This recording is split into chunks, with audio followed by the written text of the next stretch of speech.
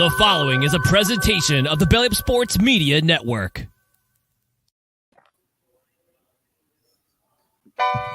Ladies and gentlemen, it's time. It's Thursday. It's Korner Booth pregame. You ready? No debate, cause it's all. I'm too official, got the drip, I got the stores. Bring the proof when it's time to tell the truth. I'll be at the corner booth, find me in the corner booth, yeah. Still standing and defiant. Slay the competition, cause I'm walking like a giant. Bring the proof when it's time to tell the truth. I'll be at the corner booth, find me in the corner booth, corner booth.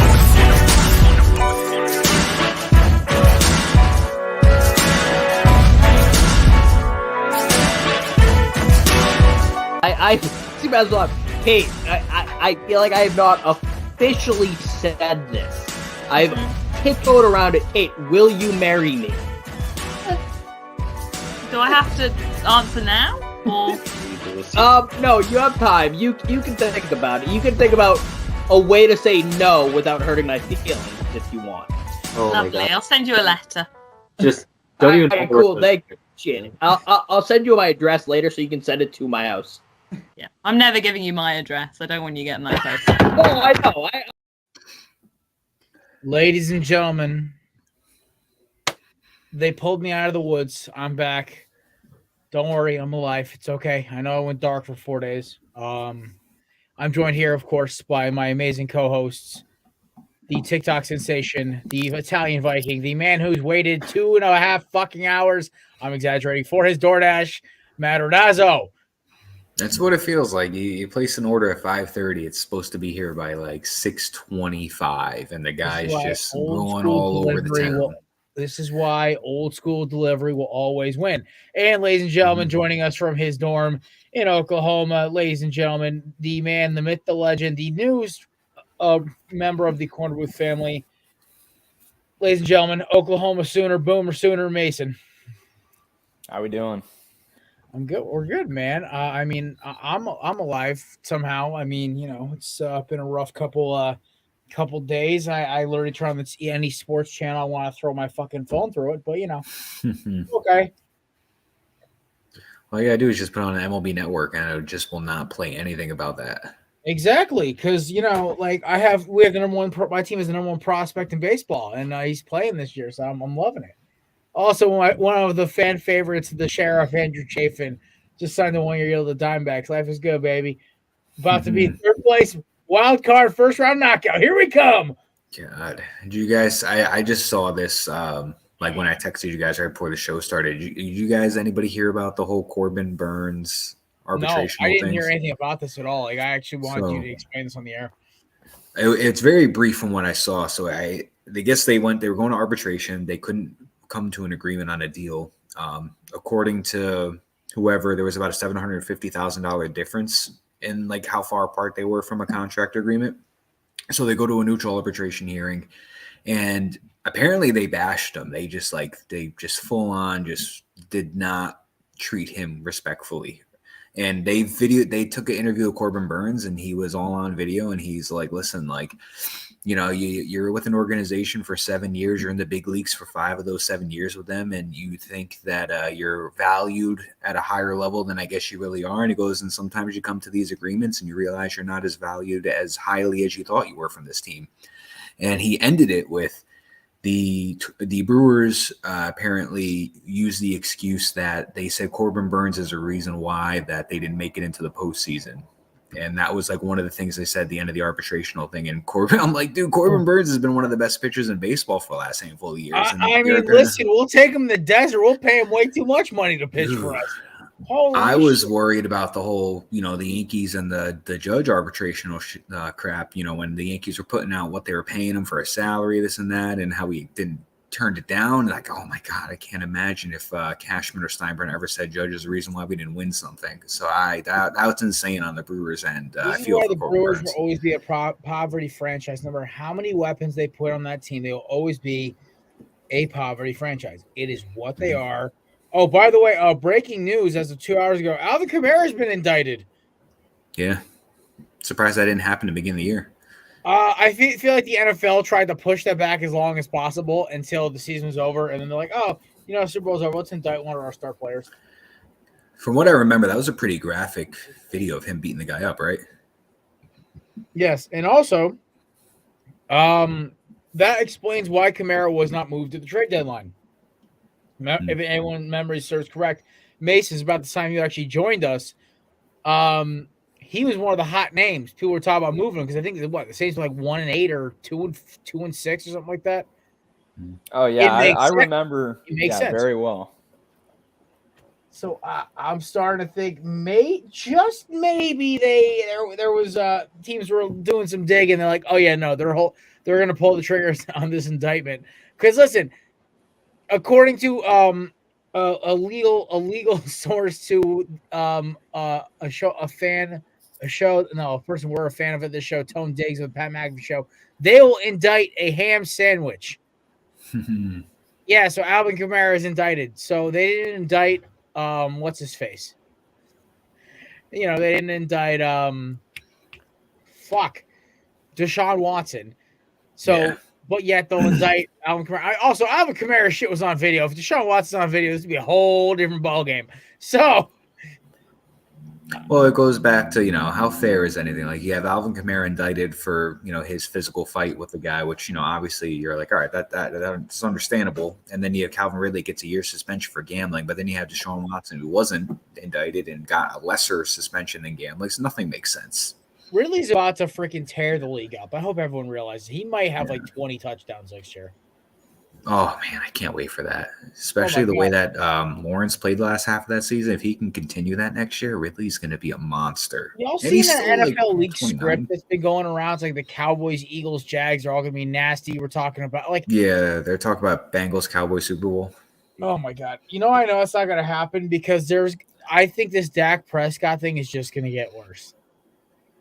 Yeah, I think Emmitt Smith said that he thinks that the Cowboys have to do everything they can to keep Zeke and Pollard. I'm like, I would just keep Pollard right now. Well, Pollard's the better running back. Well, the thing is, Pollard's one problem, the one hole in his game is that when he gets decked, that ball hits the turf. He's not listen, I say what you want about Zeke, man.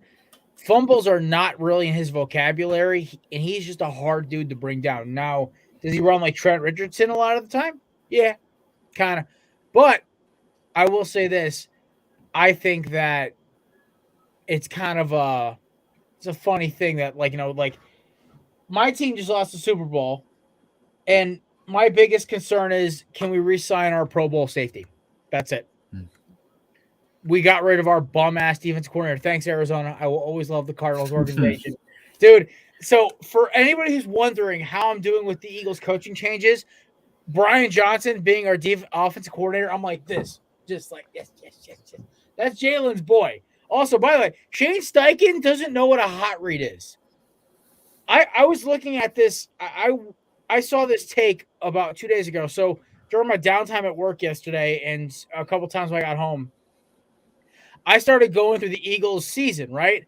And I was looking for any kind of hot read. I made it like 5-6 games in of just doing offensive plays in high speed, right? Dude, not a single damn hot read at the line of scrimmage. There were a couple of play changes. They're like if it was a kill, but it was very simple. And it's almost like maybe a hot read would have worked when the Chiefs were packing the goddamn box. Everyone's giving Nick Sirianni shit for the Super Bowl. I think it's a perfect transition for it. I want to shit on both Eagles coordinators.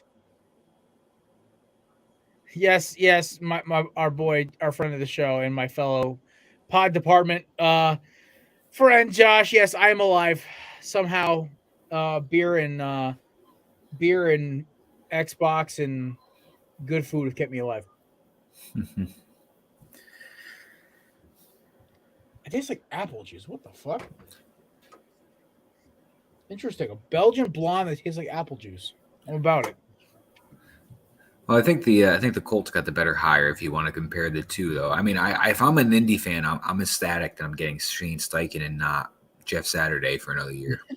Yo, listen, I swear, my favorite part of this whole thing was we thought Jeff Saturday was the man for every report out of Colts game was Jeff Saturday was the dude.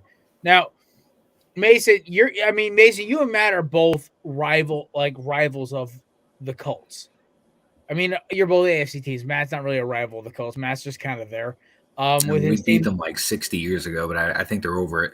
Yeah, right. I mean, you guys are like, I guess, like the Peyton Brady rivalry still there. Colts get Steichen. I think it's a good move. I still think they're fucked as an organization, but I love it, and also I'm appreciative because I feel like he's a better version of Frank Reich. We'll find out soon enough. I mean, Yeah. I think energy-wise, he's a better version of Frank Reich. Where Frank Reich, I think, was too reserved and let a lot of bullshit slide. I think Shane Steichen's got enough energy where it's going to work. The Jonathan Gannon to Arizona hire makes me laugh so hard. God bless you, Brian Flores, for pulling out because apparently he was the favorite. And he pulls out, so they panicked and hired Jonathan Gannon. And the Eagles are like, yeah, we'll call like Vance Joseph, or we'll call like I think Nick Sirianni and Howie Roseman are like, can we just hire somebody who's not a moron? Jonathan Gannon will be mentioned in the show during Clown of the Week. Obviously, that's a little teaser right there. Surprisingly, there's only one Kansas City Chief in my Clown of the Week. I don't know if you guys have any. I'll give you guys nomination time. But for myself, I have Jonathan Gannon as the favorite. Right now, his odds of winning Clown of the Week are 2-1, whereas the aforementioned Kansas City Chief is 4-1.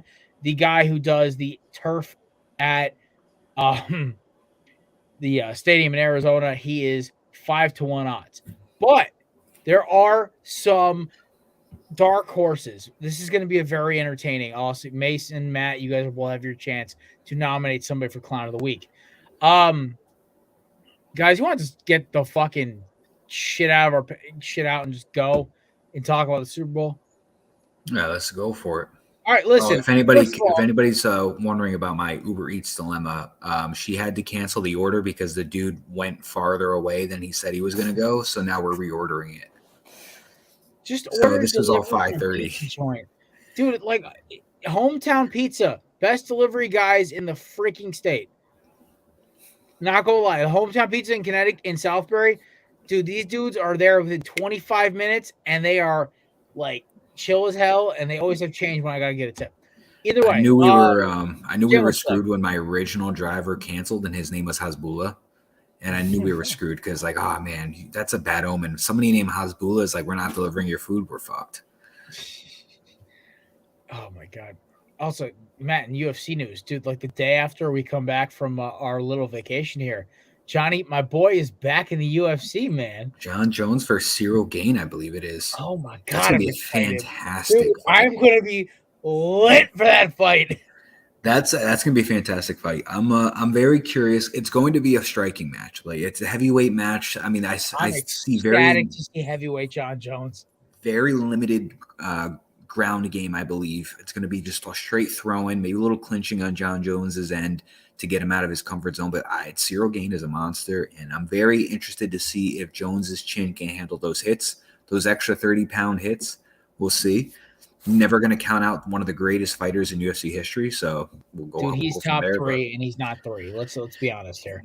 He is. Yes, he is. Listen. Our former friend. He's sort of our friend, I guess. He's not the biggest bones guy. Listen, you can't knock the man's talent. This dude is.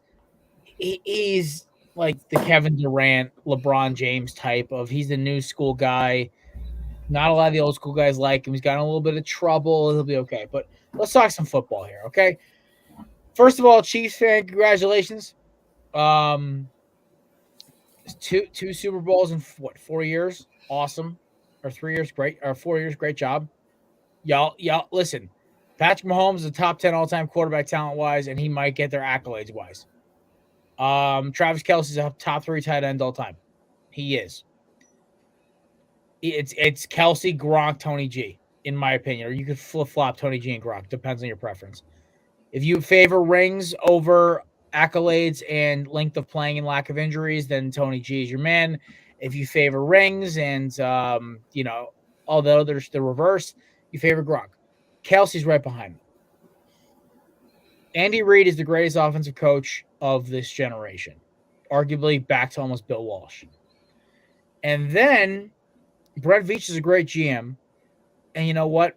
Chris Jones is a top 5 interior defensive lineman the last 10 years. Congratulations. You won.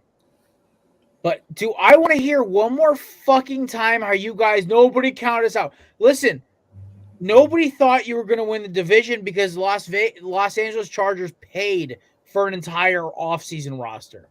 That's everyone in the NFL is bad. We thought they were going to win a bunch of games. You guys are going to be in the playoffs anyway. Here's the thing about the Chiefs, guys. We know they're going to be in the Final 4 or the Final 8 every year. It's what they are. It's who they are. They are the new Patriots. Do I think they're going to be as successful title-wise as the Patriots? No, not even close. They got too many teams trying to kill them now. Let's look at their enemies list. You've got the Bengals. You've got the Chargers. You got the Bills. And that's just the AFC, motherfucker. You got the NFC. You got the 49ers. And now you got that pissed-off team from Broad Street whose quarterback went round for round with you and probably would have driven the field if the refs didn't get a ticky-tacky call on that one. All I'm saying, I'm not blaming that in the end of the game. I want Jonathan Gannon's head in a spike for that performance. Listen, the reason the Eagles lost the game wasn't that holding call.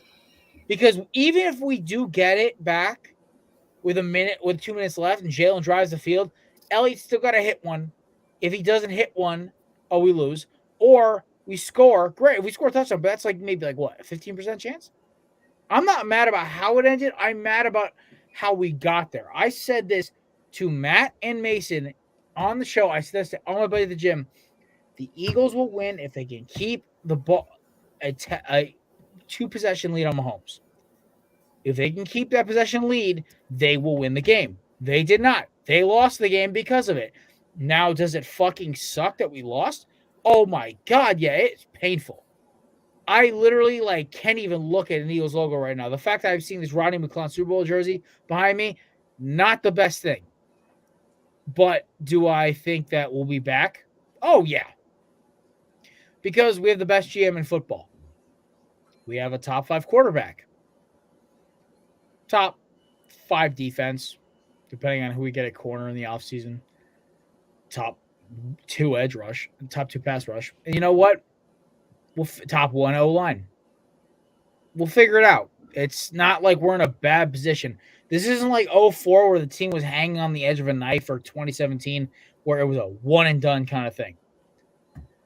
But all credit is due to the Chiefs. Patrick Mahomes is that dude. I think they milked the ankle thing a little bit. Yeah, kind of. He looked okay. They probably shoved him enough toward it all to kill a small elephant. So that's probably why he was moving. But really the villain of this game is Jonathan Gannon.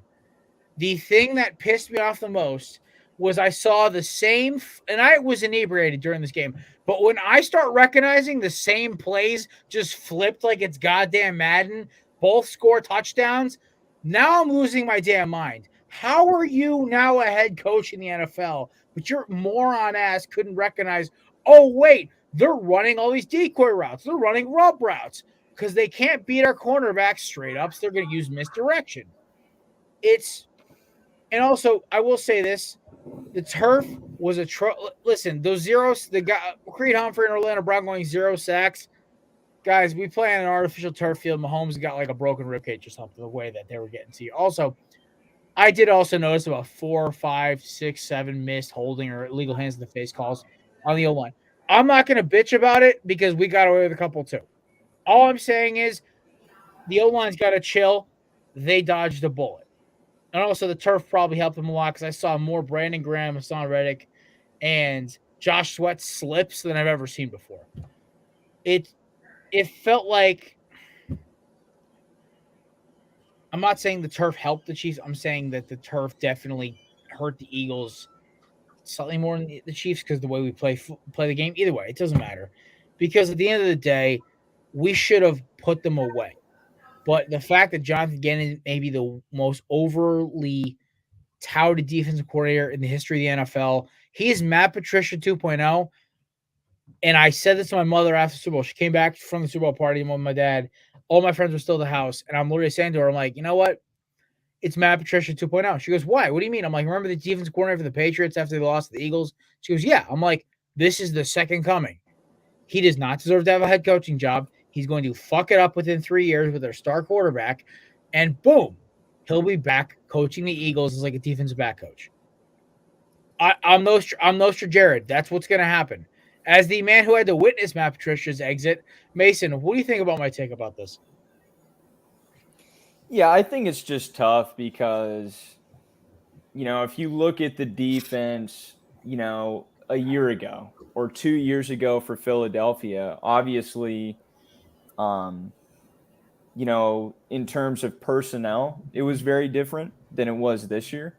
But I think at the same time, you can't underestimate, how good they were this season, right? I think a lot of people would say either they were the best defense in the league or they were somewhere around 2 or 3. I don't think there's any way that you can have them lower than 3.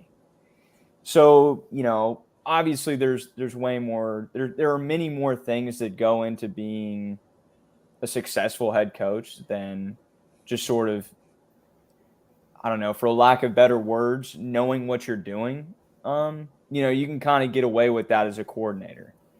And I think in that sense, the comp to Patricia is accurate because obviously through Patricia's stint in Detroit, we were able to see that. I mean, this dude was not a leader in any capacity.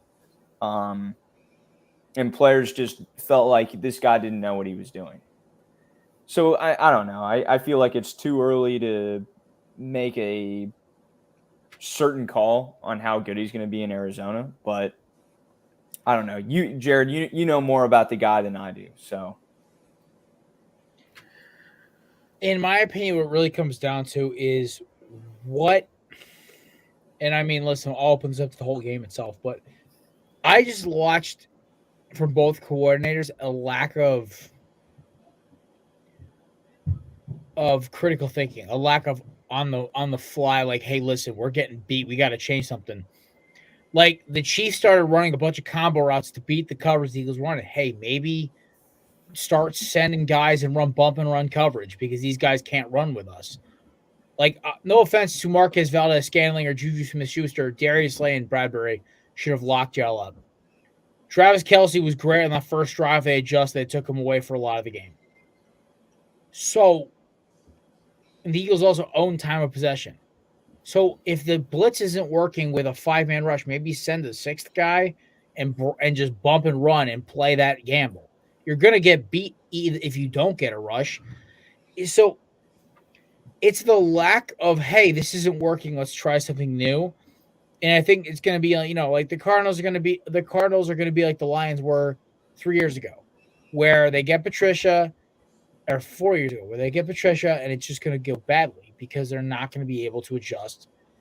And it doesn't matter who he has as coordinators. Either way, I also love how Howie Roseman made him just like, hey, you're not getting on the plane. You're staying in Arizona. I think Howie knew this was cheaper than firing him, so he goes, hey, listen, let me see if I can get this guy a job. Yeah, I think Philly had just a very special season, and there's really not one player on that team that I don't like. Like I love. It's hard not to like Jalen Hurts. I think he is an upstanding football player, obviously very respectful and amazing talent at quarterback. I love everybody on offense, everybody on defense. Everybody's a class act, in my opinion, and they just had a special season. Sirianni just was owning it, and I really wanted to see them get that ring. I think at the end of the day, defense didn't get a sack on Mahomes, and the defense didn't, change up some schemes and some play calling and switch some things up, and they went out with the same game plan the second half, and it didn't go in their favor, and I think you have to put a lot of that on the coaching. So I think Gannon getting out of there, it's probably better in the long run for Philly. He had a tremendous season, but when it matters the most, you have to be on your game, and he wasn't on his game. So let him be Arizona's problem, if anything. I think it could be like a Vance Joseph situation where he's a tremendous defense coordinator, goes to be a coach, doesn't really pan out, probably find his way back in coordinating.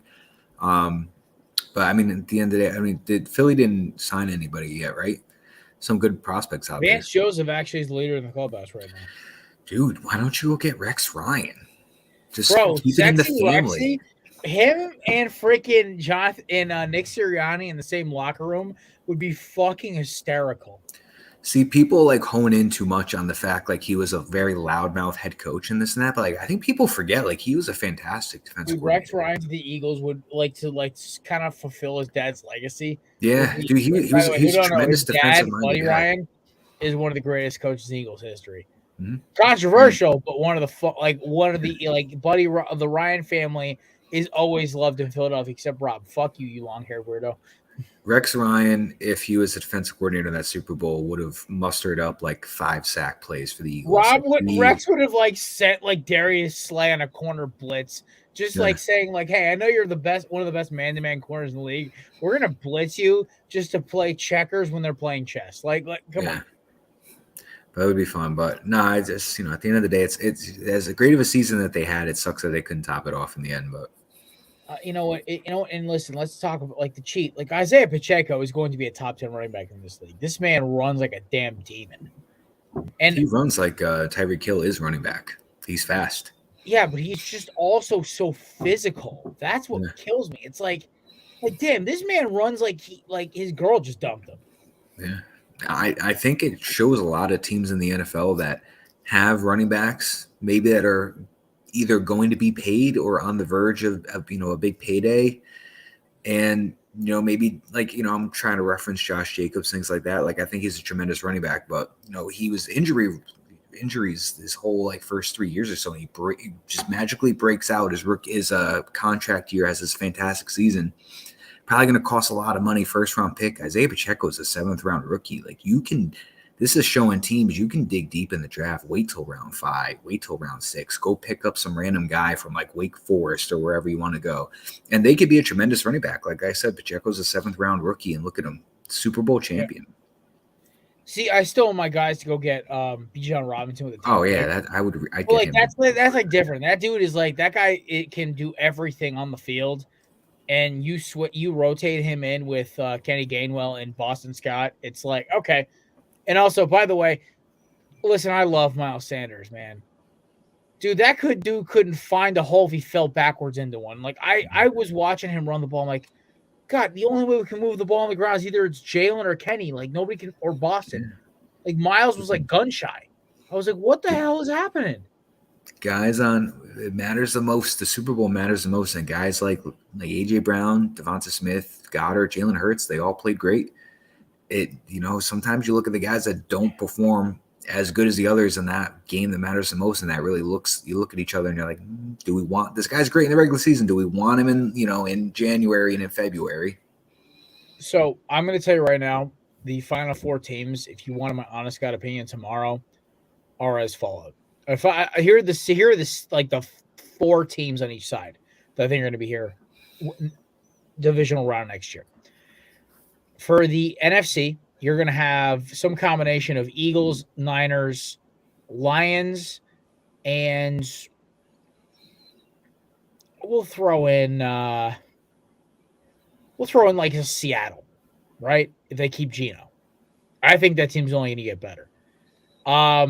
Maybe Dallas. I think New York's going to take a step back next year. I think they're going to make a couple of maybe bad decisions. But I think New York will be close. I think there'll be a wild card exit. AFC, we know the 3. It's going to be Buffalo, Cincinnati, and Kansas City. The one surprise team, it depends on where Lamar Jackson goes. I think wherever he plays, whether it's New England, New York, wherever Rodgers goes, that's the other one. Where Rodgers and Lamar are going to deter that 4th team. So there's your 8 teams, folks. They're going to win the Super Bowl next year.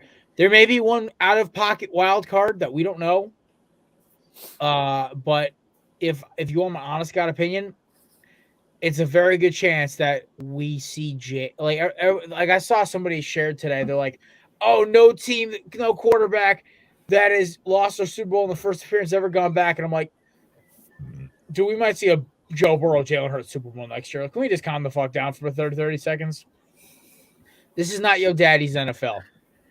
You know what? A trade name that just got thrown out on Twitter today was Justin Fields potentially. Bro, this is wild.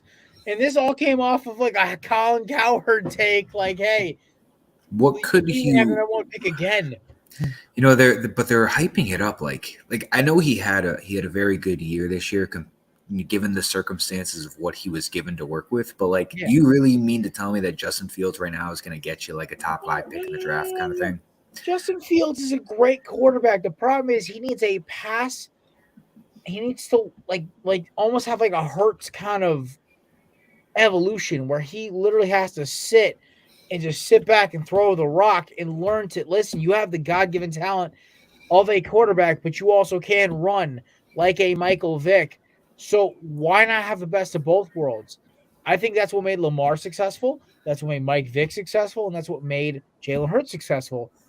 And Cam Newton as well. So can we talk? That's what he has to do.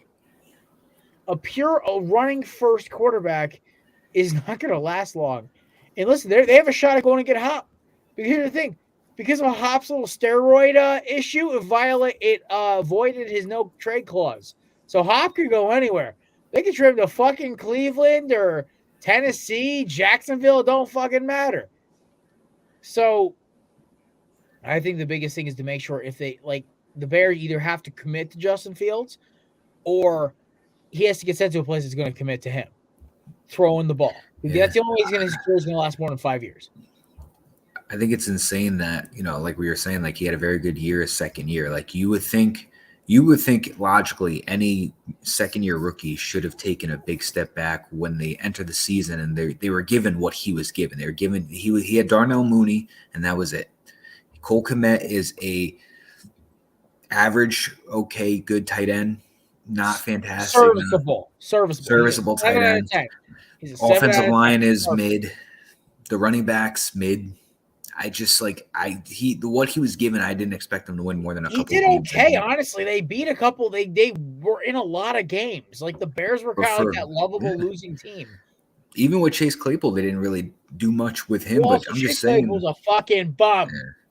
Well, the fact that he showed progression in a season where I think everybody thought that he wasn't physically possibly going to be able to because of what the GM put on the field for him, I think that you have to build around this kid.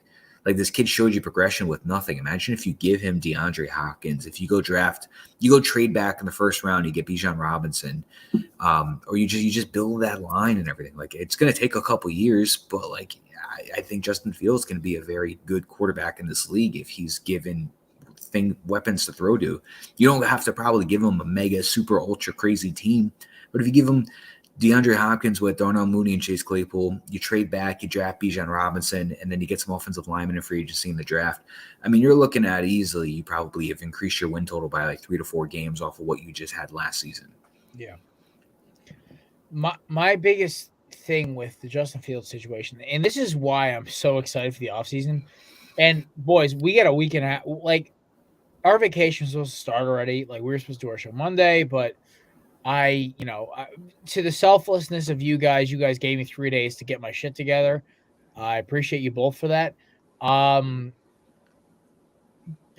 March 3rd or March 6th, whenever the hell we come back, dude, NFL free agency is in 4, 5, 6 days. Like, it's going to be fucking wild. Derek Carr just got cut. Where the fuck is he going? Ryan Tannehill apparently might be going to the Jets, according to Matt over here.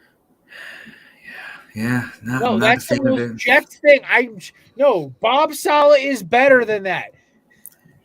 It's, I'm not one of the, I don't even honestly know what he is. I just know he covers or talks about the Jets a lot. But this guy was pretty much saying what I think a lot of fans are thinking but are afraid to admit.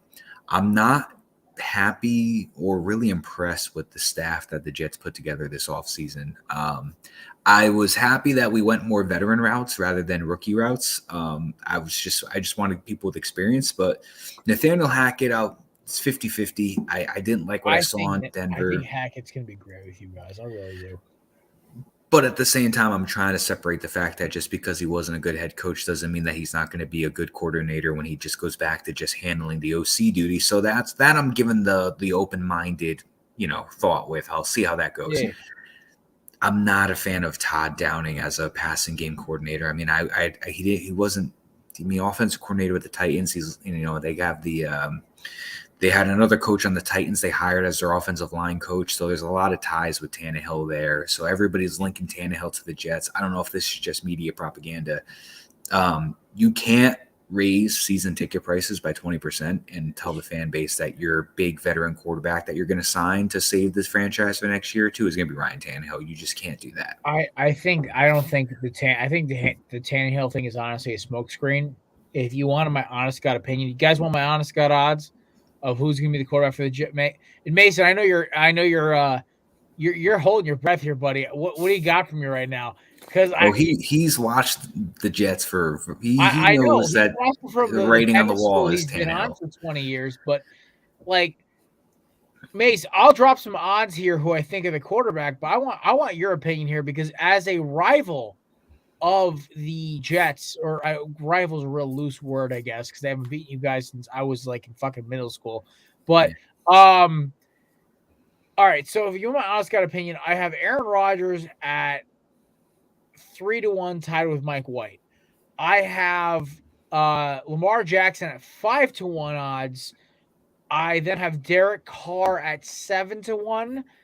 And then last but not least, wild card here, I have a tie between Ryan Tannehill and a drafted quarterback at 12-1 odds.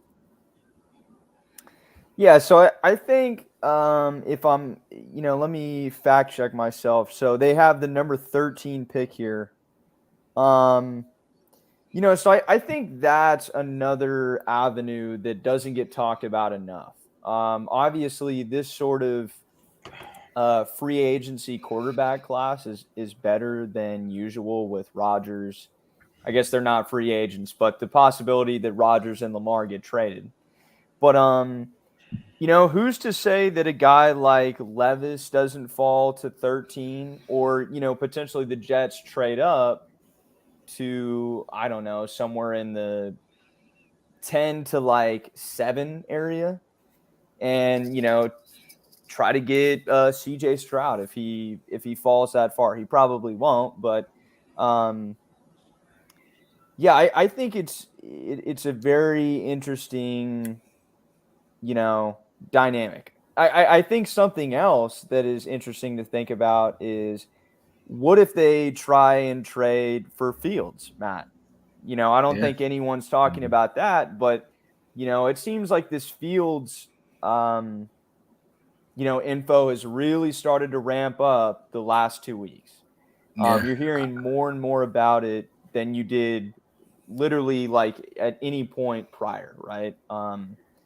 And from what I've been seeing, all the GMs obviously go to the Senior Bowl down in Alabama. That was, I want to say, 2 weekends ago.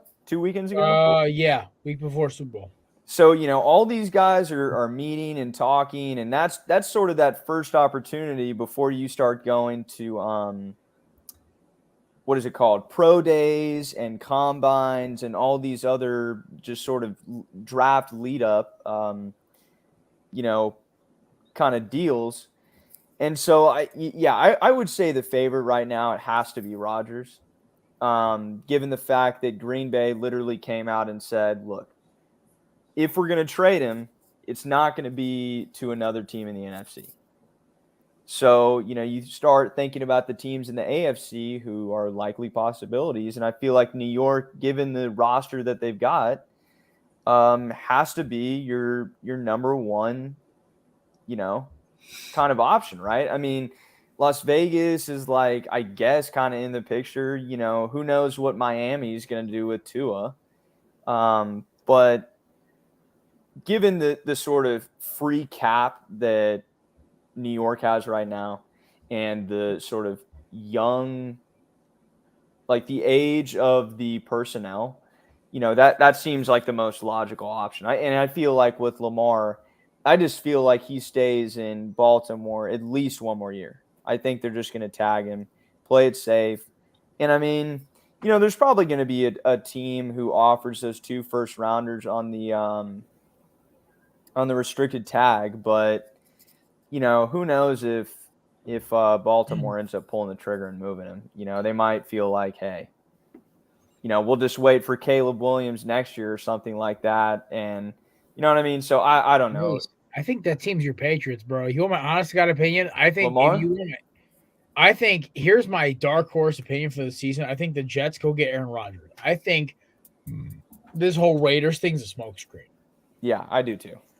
I think the Raiders get CJ Stroud. He fits perfectly with what Josh McDaniels wants. A big physical specimen quarterback Big who can arm. make reads, throw the ball downfield, but also can hit the short shit. Second of all, I think the Jets go get Aaron Rodgers. I think Aaron's like, oh, New York would be fun. Big city, it'd be a good time. Bob Sala's there, Nate Hackett, my dog. And then I get a bunch of young emerging receivers. And on top of that, you get 2 good young running backs, 3 good young running backs. Aaron's like, oh my God, this is amazing.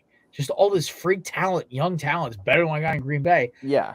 And the Lamar Jackson to New England thing, Bill's been enamored with Lamar Jackson forever. That's like been a I think he's obviously not the only one. Yeah. I think he's done with Mac. I think the whole thing about him going behind Bill, like outside because of the stupidity of the OC guys. And I think Billy O'Brien had Deshaun Watson, who has a quarterback with mobility, who has the ability to be mobile. I think it's a great idea.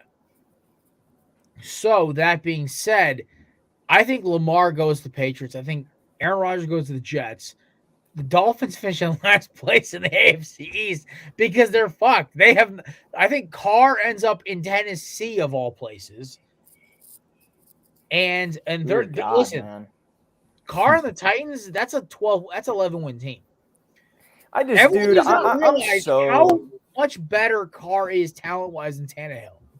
I'm just so out on Carr though, man. I love Carr. Let's take that hypothetical situation, right? He goes from Vegas to Tennessee. Dude, I mean, think about the wide receiver core for Tennessee, man. This dude is like missing Devontae Adams. Go out and get somebody. I mean, with what though, man? I mean, are they going to try and trade for Hopkins? They're going to cut Woods. Woods will probably go to like something like Philly or Dallas where he can play like slot or like a blocking receiver like Pascal did in Philly this year. And he'll do what he does best. He blocks, catches a couple of good balls, and he's a decent number 2 or 3 receiver. That's what he's good at this point in his career. I think they go get a big name receiver or they draft one because, to be honest, Mike Vrabel doesn't have to deal with the stupidity of John Robinson anymore. Listen, Treylon Burks was a good draft pick. I'm not going to act like he wasn't. When he got on the field, dude played well. He was a good receiver. Now, I think they have to go get a number 1 guy. Will they probably this offseason? No. Will they draft a number 1 guy? Oh, they could easily. So, the Titans getting Carr on like a 2-year deal, maybe trying to see what they can find with Malik Willis behind Carr's tutelage. I don't know. Not all teams are built like, Philadelphia, Kansas City, Buffalo, where they have their franchise guy. And it's weird 2 years ago now, if you told me Jalen Hurts is our franchise guy, I'd be like, really? Crazy. Yeah. What the fuck? Awesome. Like, listen, it's the craziest thing, right? Because I loved Jalen in college. I did. But I was like so hesitant because like the Carson Wentz debacle made me not want to believe, right? And the fact that we had a microwave dynasty, or at least a microwave all-star team with Vic, and he's gone. I had all this faith in McNabb just for him to get hurt every other fucking year. So it turned into this whole thing where I can never trust a quarterback. But now we got this guy in Jalen Hurts, and I'm like, the dude is well-spoken. The dude is a leader. The dude is a worker, and he's a glue guy. And honestly, Jalen could be one of those guys like Brady who takes a team-friendly deal so they go out and get another, like, top-tier corner because that's the way he's wired. And he's a Sooner like you. it makes me root for Oklahoma when my Hurricanes aren't on, Mace. That's how much I love this kid. So I think the biggest thing with Tennessee is you got to get a guy. I think in Carr is a locker room guy. Carr is also a talented quarterback. The problem is that I think McDaniels, when he realized this isn't what he wanted to do going forward and how much they had to pay him next year, he started calling shit plays. And honestly, I wouldn't be surprised if you told me McDaniel didn't sabotage the team, but like maybe was like, okay, we could do this, but let's do this. Because if he pulls it off, it's awesome. But if he doesn't, he gets cut. And we go get our draft pick. Because CJ Stroud or Bryce Young in the Raiders uniform, one, that sells tickets. Two, that makes Josh happy because he gets to mold the quarterback to his offensive liking. That's my opinion on it. So Matt, who would you say of Aaron Rodgers, Lamar, and let's just say Fields? Who do you think, if you had to rank those by who is going to cost you the most, the highest price, how would you go about that? So easy number one, I think Lamar is going to be the most expensive. I mean, you have a guy who I don't think, as long as he's been a part of the Baltimore Ravens as a starter and also the time when he was backing up Flacco, I don't think he's ever been lower than 500 as a career starter record.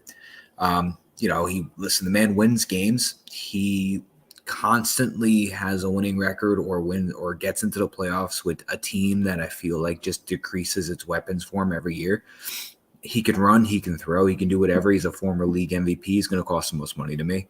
Number two is tricky. I think it's going to be Rodgers. I can definitely see Rodgers being number one, like a first-round draft pick compensation plus maybe something else. I'm not really sure what that's going to look like, but I mean, I know he's 40, but he's a multiple-time MVP. He's won a Super Bowl before.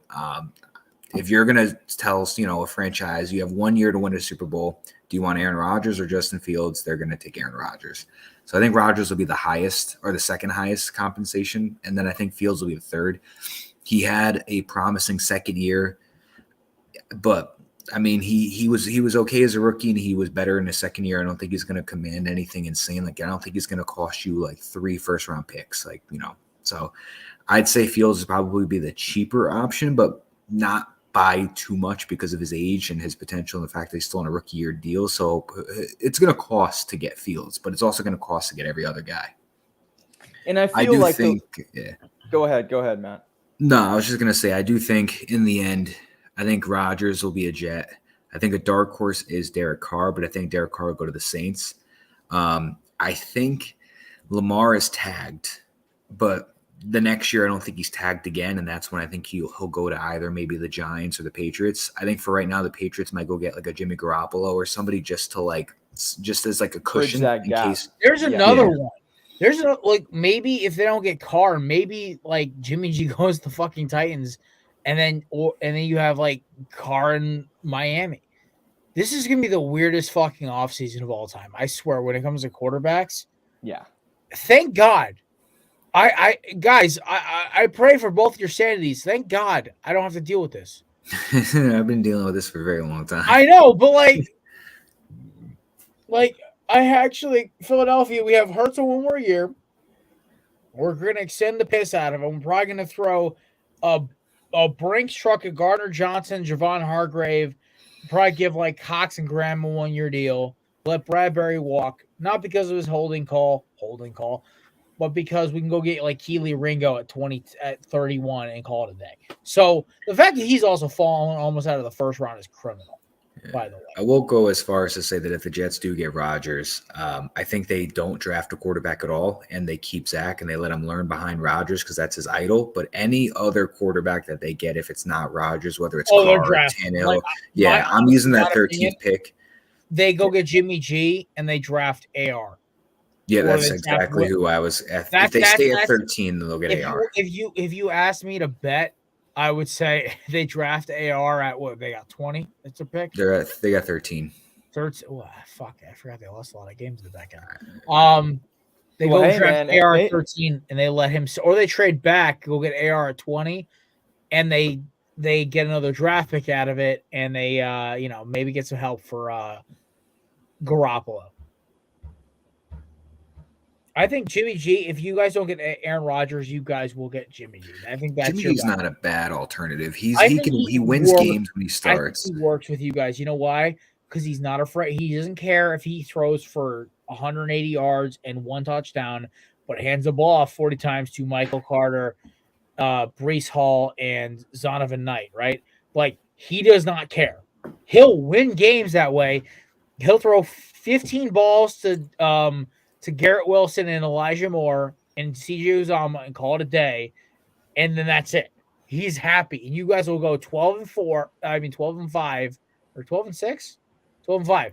And math, not my strong suit. You guys go 12-6, be a wild card team, and be a nightmare out, right? Like that's Jimmy G's okay with that. And also, by the way, I hope Niners fans realize like they lucked out this year.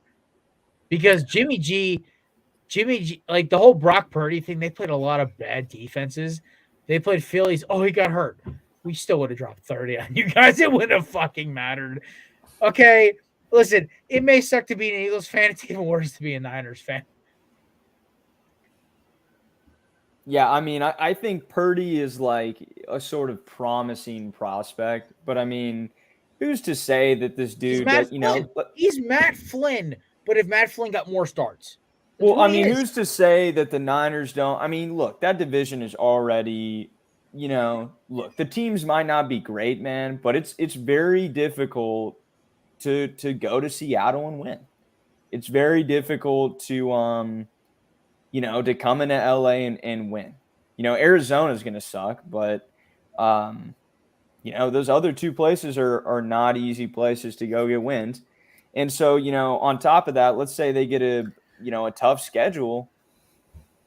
I mean, maybe they're probably the favorites to win the division in all likelihood, but hey man, maybe they win that division going like 9-8 or 10-7, It wouldn't surprise me at all if Purdy just comes out and, is not sort of, what was the injury again? It was Tommy John, UCL. Yeah. His elbow. Okay. So, hey man, I mean, who's to say, right? Like, and you have no idea what you have in Lance. You know what I mean? Absolutely no clue whatsoever. So watch Trey Lance comes out, is like playing like an MVP type season. And they're like, what about this Brock Purdy kid? It's like, and then the one thing that worries me about is everyone's like, oh, this is a perfect situation for San Fran. I'm like, is it? Because what if both of them play good?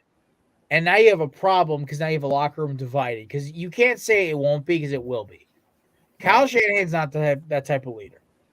It's not like listen, there's a few locker rooms in this league where I'm like, okay, like everyone's on the same page. Like New England, Philly, KC, Buffalo. I'll throw in Cincy. I'll throw in New York. Giants, not Jets. Jets, I think, are close though. Jets are like on that knock on that door. The Jets believe in Salah. That's I guess what I'm trying to say here. Lions and Dan Campbell. Like, listen, that team probably would beat out of the 14 teams that made the playoffs. To probably be about maybe 12 of them. Maybe the 2 teams that made the Super Bowl beat them, but that's about it. Yeah, guys, like I'm seriously thinking if they better hope either Trey's ass or Brock Purdy's ass in the preseason. And that the other one is obviously like exactly good. Because Jimmy G's out, man. Like, Jimmy G's gone. There's no more security blanket. You have the kids now. The kids are running the show. So you better hope one of them is fucking good. Shout out to my boy Scotty K and my boy Chris P. I hope you guys have a good year because I want to smoke your ass again in the playoffs. But like, dude, like, you better hope one of them's good and one of them's bad, or else you're gonna have a locker room divided. Boys, we're approaching about the hour mark. You guys ready for Clown of the Week? Oh, I'm always ready for that. You guys got nominees because I got 3. So. Oof. That's a clown question, bro. It is Clown of the Week presented by the amazing people at candidates.com. Listen, if you are like me and you used to dip a lot. I'm telling you right now, there is a better option. Matt Shumpton. Oh, I don't have it on me. Oh, me neither. I was hoping you had That one time I didn't have it on me. Oh, no, wait. We got one. Hold on. Here we go. All right. Candidates.com, promo code BELLYUP20 for 20% off. Listen, this is the caffeine one. I love these. You know why? I'll pop 2 of these at work. It's still, if I want to spit it, it still comes out looking like tobacco mentally. It makes me feel better. 2 also gives you a little, about 2 of these is about 100 milligrams caffeine. Not bad, right? Keeps you awake. I'm in a sales position, right? Sales and marketing. It's a lot of up and down. Keeps going. Got a ton of amazing flavors. Great company. They messed up my order so bad, they sent me my entire order again for free on their dime. No shipping. Great company right here. Candidates.com, promo code BELLYUP20 for 20% off. Amazing stuff. My favorite personally is the Palmy or the mint, because the mint literally tastes like Copenhagen mint. It makes me feel so good. It brings me back to the good old days. Either way, Candidates.com, promo code BELLYUP20 for 20% off. Official sponsor of the Belly Up Sports Podcast Network, Corner Booth, and Clown of the Week. So, gentlemen, I will lead it off before I get into my 2 backups. My number 1 Clown of the Week is Jonathan Gannon. I didn't even give him the respect of spelling his name out. This dipshit literally decided to call the same damn defense first and second quarter against maybe the greatest offensive coach of our generation, Andy Reid. I watched repeat plays on literally Madden flip mode, and I just sat there wanting to palm myself in the face. Where's the Facebook feed? Rob, I got you. 1 minute. All I'm saying is, Rob, also want more people coming to our YouTube feed. It's better for us, but I will try to find it for you. Either way, Jonathan Gannon to me is the reason the Eagles lost the Super Bowl. Hurts, A.J. Brown, Devontae Smith all played amazing. I could bash Miles Sanders, but listen, there's been games where Miles hasn't done jack shit, and the Eagles have won. What killed us was the fact that not only was there no pass rush, because they were rushing 5, and it wasn't working. Okay, we have it really up right now. Sorry.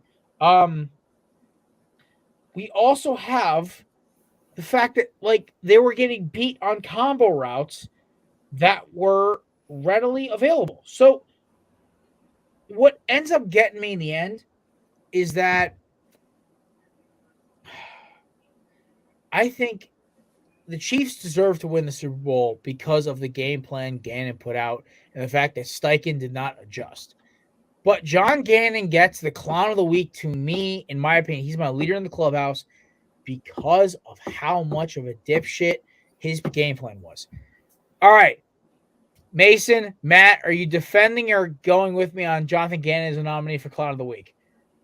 I am not in defense of John Gannon. I think like we were talking about before, this is the one game that matters the most of any game in a season with the NFL. You need to be able to make adjustments on the fly. If something's not working, you have to try and fix it. And it just seemed like he just was not interested in changing anything with the gameplay. Let it ride out how it rode out, and we obviously saw what happened in the end. So I am in no defense of Mr. Gannon. And good luck, Arizona. Yeah, good luck, Arizona. Mason, what are you thinking?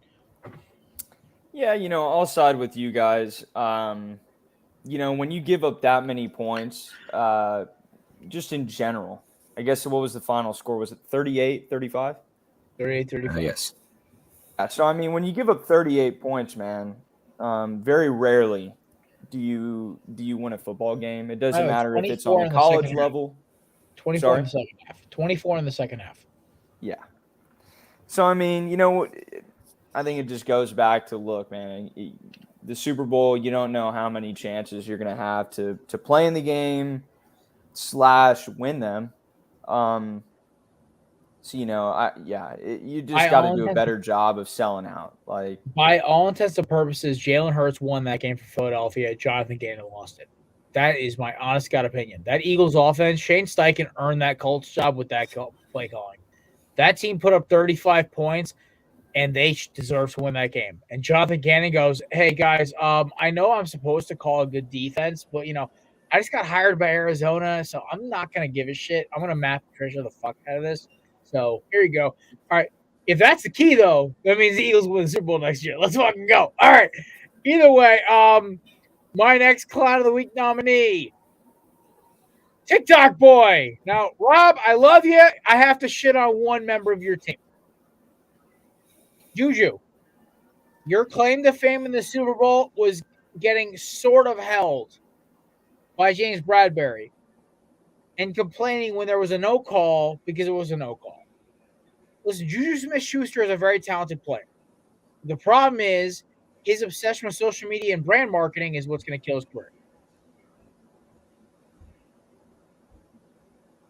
The best part about this is that A.J. Brown, Darius Slay, and even Micah fucking Parsons, does Parsons just want to be an Eagle? The amount of times he defends them on Twitter is getting a little disturbing to me. He loves Lane Johnson. But he loves Lane Johnson, and he loves, apparently A.J. Brown, too, because A.J. Brown sons the hell out of Juju. Juju, listen, your biggest contribution was complaining about what was getting held. Good job. Don't be sharing shit, because James Bradbury is gonna get signed by the Titans or the fucking Raiders or fucking Chargers next year as a number 2 corner, and he's gonna lock your ass up like it's Alcatraz. Just don't talk. My biggest thing about Juju Smith-Schuster here is the fact that it just was in bad taste, man. You guys just won the Super Bowl. You got probably the one ring you're ever going to win, Juju. Because listen, I don't think the Chiefs are going to resign your dumb ass. Let's be honest. If they do, Patrick's going to put the little thing he put on Jackson and Brittany up until Super Bowl week. Shut the fuck up or you're getting cut. It's just stop. Stop, okay? It's not worth it. Juju, you are a very talented receiver. I used to actually subscribe to your fucking YouTube channel before you start getting all wild and doing your Corvette shit, whatever. But listen, 18 TikToks, 3 touchdowns. Number speak for itself, TikTok boy. All right, anybody defending this clown before I move on to y'all nominees? No defense of Juju. It's not surprised with his antics. If this was like a week or so later, I probably wouldn't have been so, just on it. I think if he gave it a little more than a few days, probably wouldn't have been a big deal. But it's just classic Juju, but it just reminds me of how annoying he is to me. So I just don't really care for the guy. I'm sure you'll find him on TikTok on the 50-yard line again very soon. All right. Any other nominees before we declare our clown of the week? Go ahead, Matt. We've already talked about the Milwaukee Brewers. The only other thing I was going to nominate were probably the salty Bronco fans that were coming at Melvin Gordon. And Melvin Gordon's perfect response. He's like, yeah, I might have been carried, but I was carried and I didn't have to do shit, and I still won a ring. That was just the best comeback ever. Shady won 2 rings and he didn't do shit. Yeah. He just straight up just said, you know what, you're right, but I don't give a fuck. I'm smoking a cigar with a Super Bowl ring in my hand, so fuck you guys. And I just thought that was the perfect comeback to be like, you know what, you're right, but you're still not right at the end of the day. So I just thought it was great. Mace, anything out of you, or you think we have our nominee already on the board? Yeah, so I got one. I don't know how many people know this, but I'll take the opportunity here. So the grass that was used at the game, the Super Bowl, was created by the great folks up in Stillwater, Oklahoma at Oklahoma State. They've been, I don't know how this works, but, contracted with the NFL to make the grass. They made this special blend of grass just for this game, man. I mean, the turf guy was on my list, but. So, just another opportunity to rip on OK State. Because he also said he was a Chiefs fan, by the way. Obviously, if you watch the game, guys were slipping around, falling. There was a play, I guess, I don't know. I can't remember if it was in the first quarter or the second quarter where Mahomes kind of twisted his ankle, Dude, that probably was re-aggravated it. God. Mailata, the lineman for the Eagles, basically said it was like, it was like you were on like a slip and slide out there, like you were at some kind of like water park. What happened to the Eagles like actual like turf that they played on the Cardinals turf Eagles played on in week like 4? That was good. It was good grass. Like, why is this a problem? I don't know how you mess this up. Obviously the other thing too is like the ag program up at Oklahoma State is I guess supposedly like fairly like, top, I guess. Like it's very well known to just be like, I don't know, very good at whatever, I don't know, grass research and making special blends of grass and all these sorts of things. And so I'm sure, leading up to this game, once they knew that they would be making the grass, it was put through, a number of tests to make sure that, it was exactly what the NFL needed. So I don't know how something like this happens. I would imagine that Oklahoma State will not be getting contracted by the NFL anytime soon after, last Sunday's sort of multiple incidents, and all of the players just talking about how awful it was. So yeah, just thought that was funny. Honestly, I thought it was kind of cool initially. It's like, oh wow, like, these guys are making the grass for the Super Bowl and then just completely botched the entire, the opportunity to. I don't know what happened to the city of Philadelphia. The fact that the city lost 3 championships in the same season, brutal, right? Either way, that means the Sixers are probably losing the finals this year to complete the cycle. The Flyers are so bad they'll never make it even close to the fucking NHL playoffs. All right. Well, unfortunately, Mace, as much as I love to blame the turf guy, our clown of the week is Jonathan Gannon. All right, listen, I'm done. I'm done trying not to defend this fucking clown. John Gannon, you suck. I hate you. You and your stupid DJ Stewart looking wannabe ass.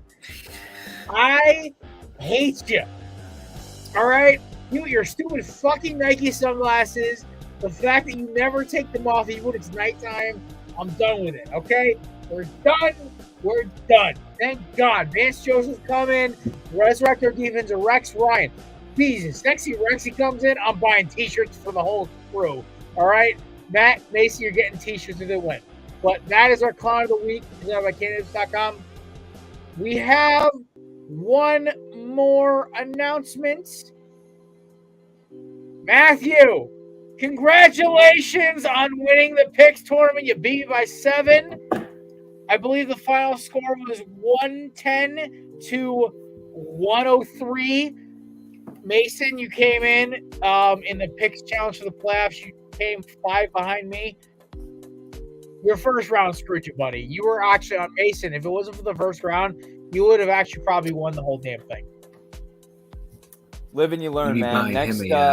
Next time around, dude, I'll be smarter. Listen, we'll do a draft pick pick'em. Listen, that's the one thing I kill on. I always hit at least 50%. Matt, you got a speech for us? It was a tough fought season with the pick'ems. There was a lot of ups, a lot of downs. Who can forget my 2 back-to-back week 1 and 2 gimmies, just completely just fucking face planting into the ground. Thought I was a goner. Decided to invest more in some college games, came back and closed out the season, which is what my team, the Jets, could not do after they started off at a hot 7-4 record, beating the Buffalo Bills. But who wants to dwell on the past? I do not. And and here we are. And I will currently be shopping for a Sauce Gardner jersey, hopefully stealth black, but you can't be picky nowadays. So we'll see what we do. But it was a fun time, and I can't wait for next year. Maybe next year, if I win, we'll be looking at a number 12 Aaron Rodgers jersey, maybe a Breece Hall. We'll see what happens. But we're gonna live in the moment right now. The one year we actually honor the fucking picks competition, I lose. I'm owed about 2 T-shirts and a Jalen Hurts jersey from Savannah. That loser to be named later, Samir, Kevin, and JD. They all owe me a freaking Hurts jersey at least, but nope, that ain't happening. I'm never getting that jersey. Even though If it Kevin makes can you, buy one tomorrow when we make it 10 as a account. But if it makes you feel any better, I can get you that Tim Tebow jersey we probably owe you still.